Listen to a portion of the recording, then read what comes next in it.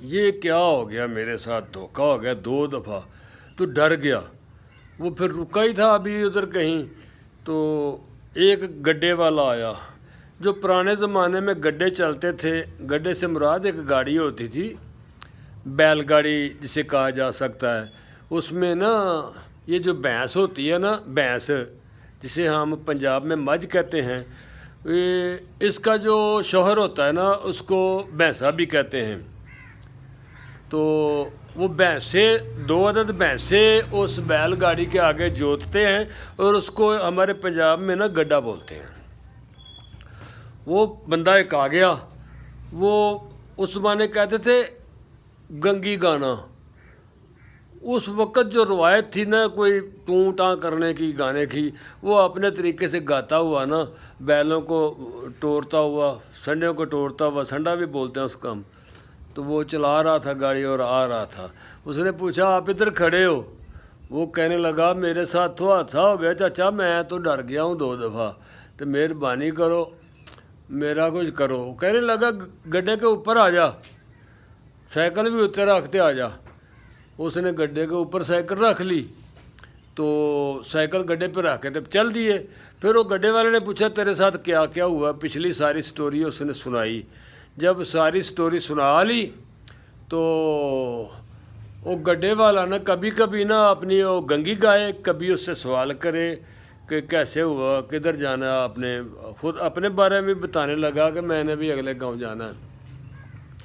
تو جب وہ بچے کو عورت کے بارے میں پوچھا نا اس نے، وہ عورت کیسی تھی، اس نے جب آپ کو ڈرایا تو وہ منہ کیسا تھا، تو وہ بچہ بتانے لگا نا، جب اس کے اس طرح بال بکھرے ہوئے تھے، موٹی موٹی آنکھیں تھی ڈراؤنی، اور کالا سیاہ رنگ تھا اس کا، اور اتنے لمبے دانت تھے، دانتوں کو خون بھی لگا ہوا تھا۔ تو وہ گڈے والا جو تھا نا، بیل گاڑی والا، وہ پیچھے دیکھ کے نا لڑکے کی طرف تو کہنے لگا وہ کتنے آئندہ تو نہیں صحیح۔ وہ بچہ پھر ڈر گیا جناب، وہ اس کا تو پیشاب بھی نکل گیا، دور گرا گڈے سے جا کے، ہاں جی، وہ بے ہوش ہو گیا بیچارہ، زیادہ ہی پہلے ہی ڈرا ہوا تھا اور بھی ڈر گیا۔ اور جب گھنٹے بعد اس کو ہوش آئی، اس نے دیکھا ساتھ یہ جو گھاس پھوس ہوتی ہے نا اس کے اوپر اس کی سائیکل پڑی ہے، ادھر نہ کوئی گڈا ہے نہ گڈے والا ہے، ہاں جی۔ پھر ادھر سے سائیکل گھسیٹتا ہوا چلا، اور گاؤں اس کا قریب تھا۔ تب تک نا وہ جو پہرے دار ہوتے ہیں نا، جو گاؤں کی رکھوالی کے لیے چوکیدار رکھے ہوتے ہیں، جیسے ہم لوگ حکومت کے وزراء کو چوکیدار رکھتے ہیں اپنے خزانوں کا، اور وہ خزانہ کھا جائیں یا نہ کھا جائیں ان کی مرضی ہے، ہاں جی۔ کبھی کبھی وہ پرانے لوگ کہتے ہیں کہ گدھے کو جو کی فصل کی رکھوالی کے لیے نہیں رکھنا چاہیے۔ چلو یہ ٹاپک اور ہے، اس کو چھوڑتے ہیں۔ تو وہ چلتا جا رہا تھا تو چوکیداروں کی آوازیں آ رہی تھی، جاگ بھائی جاگوئے، جاگ بھائی جاگوئے۔ انہوں نے ایک عدد نا لمبی سی نا بانس کی ڈانگ پکڑی ہوتی تھی، سوٹا پکڑا ہوتا تھا، ڈنڈا، اور کلاڑی بھی ساتھ ہوتی تھی۔ وہ رات کو نا دیہات کی گلیوں میں چکر لگاتے تھے، جاگ بھائی جاگوئے، جاگ بھائی جاگوئے۔ تو ان کی سیکیورٹی موبائل نہیں ہوتا تھا اور کوئی جاسوسی نہیں ہوتی تھی۔ ان کے پاس ایک آلہ ہوتا تھا کہ اب تو وہ پرانے درخت نہیں رہے، درختوں کے اوپر رات کے وقت ایک چڑیا بولتی تھی جو بتاتی تھی کہ فلاں طرف چور ہے، فلاں طرف چور آ گیا ہے۔ وہ چڑیا بتاتی تھی ان چوکیداروں کو، تو وہ اس کی آواز پر گولی کی طرف بھاگ کر اس جگہ پہنچتے تھے جہاں مشکوک حالات ہوتے تھے کہ گاؤں میں کوئی غیر آدمی آ گیا ہے۔ تو وہ بچے نے دیکھا، اس جوان نے دیکھا، وہ جو ڈرا ہوا تھا کہ چوکیداروں کی آوازیں آ رہی ہیں مختلف دیہاتوں سے، ہمارے دیہات سے بھی آ رہی ہے۔ وہ دلیر ہو کے تیزی سے چل دیا، اور جب اپنے گاؤں کے قریب پہنچا تو دیکھا چوکیدار نے آواز لگا کے پوچھا کہ کیڑا تو کون ہے؟ اس نے بولا میں بشیرہ ہوں جی، احمدین کا پتر۔ اس نے بولا کدھر گئے تھے اس وقت؟ اس نے بولا مامے کے پنڈ گیا ہوا تھا اور ادھر ہی سنتے دیر ہو گئی، تو میں راستے میں یار 2-3 دفعہ ڈر گیا ہوں. تو اس نے بولا کیسے ڈرے ہو؟ اس نے وہ ساری سٹوری سنائی. تو کہنے لگا وہ گڈے والے پر مجھے بڑا اعتبار تھا، گڈے والا بھی بے اعتبارہ نکلا. اس نے مجھے یہ کیا کہ کہنے لگا، میں بتانے لگا کہ اس طرح میں ڈرا ہوں عورت سے. تو گڈے والا کہنے لگا وہ کتنے اینج دی تو نہیں سی، وہ گڈے والے کا شکل بھی وہی تھی. وہ تیسری دفعہ گڈے والے نے بھی ڈرا دیا. تو یار میں خوف زدہ ہوں. تو جب اس نے وہ بات سنا رہا تھا نا تو چوکیدار بھی کہنے لگا وہ گڈے والا کہیں اس طرح کا تو نہیں تھا. وہ بیچارہ پھر پٹک گیا زمین پر، گلی کے دانے پر پھر پٹک گیا. اپنے گاؤں میں پہنچ کر بھی، اپنے گاؤں میں اپنی منزل پر پہنچ کر بھی ایک تو خوف اس کو مار رہا تھا کہ کہیں وہ ڈرون والی بات نہ بن جائے میرے ساتھ. اپنے گاؤں میں رہ کر ڈر رہا تھا. استغفر اللہ استغفر اللہ. خوف ایک اتنی بری چیز ہے جو مومن کے لیے حرام ہے.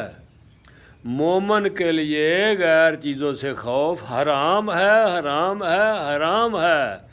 مومن جان دے دے گا، خوف زدہ نہیں ہوگا. اور ہمارا یہ حال ہے کہ ہمارے ملک کا سب کچھ لٹ گیا، مگر اب آ کے قوم بیدار ہوئی ہے. امید ہے اللہ رسول مہربانی کریں گے اور ہمارا خزانہ آئندہ نہیں کوئی لوٹے گا. حالات اس طرف کو جا رہے ہیں کہ اس خزانے کو آئندہ نہیں کوئی لوٹے گا، کیونکہ لگ رہا ہے ہوائیں بتا رہی ہیں کہ اب اللہ رسول خود حفاظت کریں گے انشاءاللہ. اچھے آدمی آگے آنے شروع ہو گئے ہیں، عوام میں بڑے بڑے اعلیٰ لوگ ہیں جو آگے آ رہے ہیں. مالک سب پر مہربانی کرے اور جو ہمارے بھائی کرپٹ ہیں ان کو بھی ہدایت بخشے، اور جو نیکسٹ ٹائم آئیں اللہ رسول کی مہربانی سے اللہ پاک ان کو بھی ثابت قدم رہنے کی توفیق عطا فرمائے، اور قومی مال کھانے کی بجائے اپنا آپ نثار کرنے کی توفیق اللہ پاک ان کو دے، تاکہ مثال بنے اور بھی مسلمان مومن پیدا ہوں جو جذبہ اسلام لے کے، جذبہ شبیری لے کر پازیٹیو کردار کرنے کے لیے آگے آئیں. صلی اللہ علی حبیبہ محمد علیہ وسلم. السلام علیکم. سبسکرائب بھی کرنا، لائک بھی کرنا، کمنٹس بھی کرنا، اور مجھے زیادہ تر دوستوں سے سبسکرائب کی توقع ہے. کیوں جی بابا جی؟ ہاں جی، اللہ رحم کرے گا. اللہ آپ کے بچوں کی خیر کرے. السلام علیکم.